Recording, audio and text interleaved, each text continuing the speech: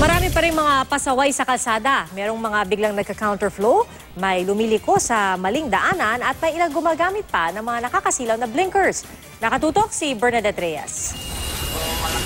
Sa videong ipinadala ng hindi nagpakilalang motorista sa Dashcam Diaries Philippines, makikita ang rider na walang suot na helmet na sumusunod sa pulang kotse. Maya-maya mukhang mag-overtake ang rider sa kotse. Pero nagpang-abot sila ng isang nakabisikleta. Nawala ng balanse ang nakabisikleta. Tumabi naman ang rider para tulungan ang nakabike. Kakaiba naman ang trip ng nagmamaneho ng sasakyang ito. Ang blinker kasi niya sa likod, sobrang nakakasilaw. Nasa harap naman ang blinker ng kotseng ito. Nagmisulang Christmas light sa mga ilaw sa harap. Nalilito tuloy ang ibang motorista kung saan mapupunta ang kotse. Pero ang mas kapansin-pansin, wala siya sa tamang lane. Pasaway rin ang bus na ito na basta na lang tumigil sa isang intersection para magbaba o magsakay ng pasahero. Napaka-caption tuloy ang uploader. Kailan kaya itong mga to matututong tumabi ng maayos?